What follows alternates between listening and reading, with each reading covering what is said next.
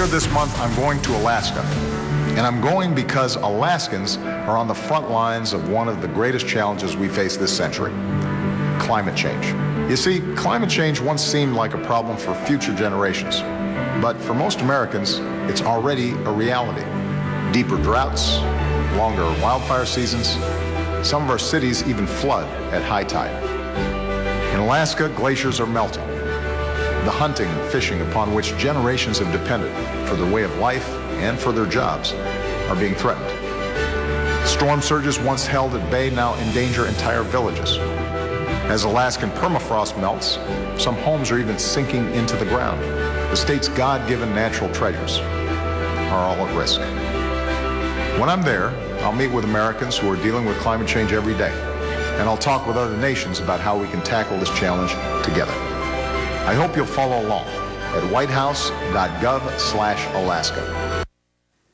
So Obama to spend 3 days in America's largest, coldest, oil-rich state to talk global warming, because he is going to change the weather. Remember rising tides, calming the oceans, remember all that?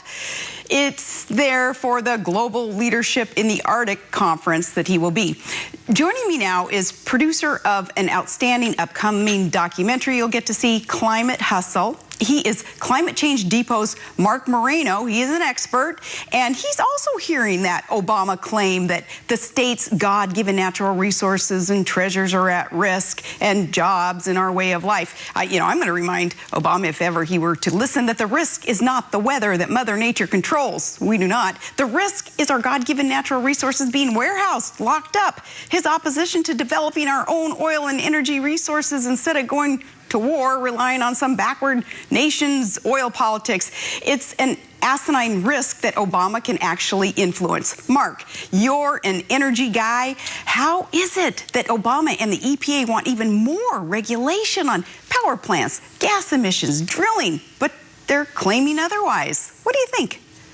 Well, what he's doing, first of all, he's coming to Alaska, Governor Palin, for one simple reason: to use your state as a political prop in the run-up to both a big United Nations meeting in New York in September and the huge global climate treaty process in Paris in December, where President Obama is going to arrive with John Kerry. His legacy is to sign a global warming treaty. Alaska is his photo op and his prop, his piece of propaganda that he's going to use. He wants to be able to say, when he's in Paris in December, signing a new UN treaty, that he's been to Alaska, that he's seen the melting glaciers, that he's seen global warming firsthand. And of course, it's nonsense. I can produce articles from the 1940s showing the worries about permafrost melting and buildings sinking. I can produce scientific studies from the 30s showing that the Arctic temperatures were very similar to where they are today, and people were worried about a massive Arctic melt from the 1920s to about 1940, Greenland melting. It goes in cycles, and he's trying to scare everyone by these computer model predictions, and he's trying to do this at a time, again, about his legacy, and you guys are nothing but the poor victims of this propaganda campaign. Oh, thank God Alaskans are smarter than what it is that we're going to be fed when he's up there. Marc, are we going to hear anything new from Obama on this trip up north? Well, that's the fear, Governor Palin, because there's a lot of rumors around that he usually doesn't make a 3-day trip to a new area without some kind of grand scheme or an initiative. And so the fear is he's going to come up there on behalf of Alaskans concerned about global warming and announce to Alaskans that he's decided that they can't develop X amount more resources. We don't know what he could come up with. And that's the great fear here. He wants a command and control central planning government, and that's what his EPA plan is all about. They've bragged about shutting down hundreds of coal plants. They're bragging about going after fracking. Oil drilling is just another component of that. The environmentalists are putting a lot of pressure on Obama. They don't even like his rhetoric where he seemingly allows the oil drilling, and they're going to be upset with him. But the bottom line is he is coming to Alaska to showcase his EPA regulations and act as he's some kind of hero. In other words, he is going to stop Mother Nature, i.e. global warming, through regulations, by the way, that have no impact on our global emissions and have no impact on temperatures, according to his own EPA. It's pure symbolism. So here they released that video declaring a war on climate change or global warming or whatever the heck it is that they call it as of late. But it's just another liberal, still no strategy resulting in our insecure energy supplies and our crappy economy and fewer jobs, isn't this just more excuse for more government overreach in industry? It absolutely is. In my film, Climate Hustle, we actually go through the agenda behind this.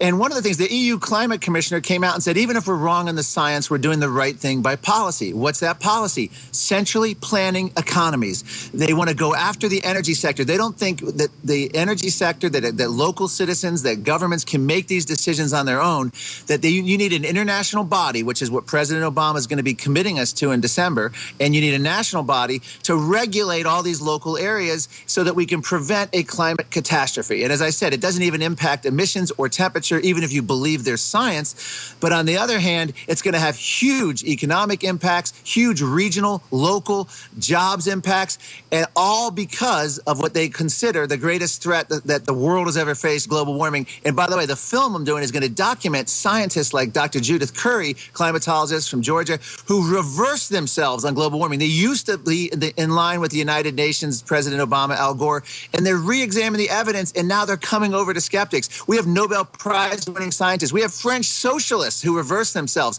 So many of the left-wing scientists, people who voted for Al Gore and others, are now coming around and saying this is not the case, and the evidence is weakening by the day, and that's what we're going to be profiling. This is a major issue. President Obama is leaving a political legacy. He understands nothing about the science. Well, I appreciate that documentary will be made public, of course. We look forward to seeing it. Tell me, why do you think President Obama waited so long, though, to finally head to Alaska? Because I have a theory on that. My theory is I think he's afraid that Russia's Putin can see him from there and maybe challenge him to some manly man rustic competition he doesn't want to engage in. Well, what do you think took him so long?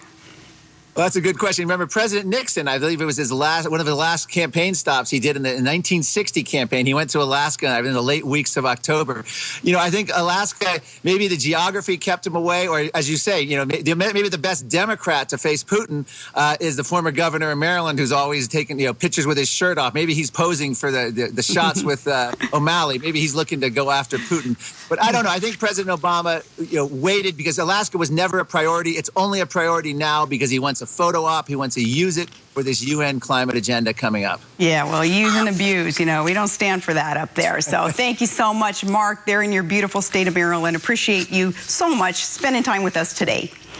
All righty, coming up next,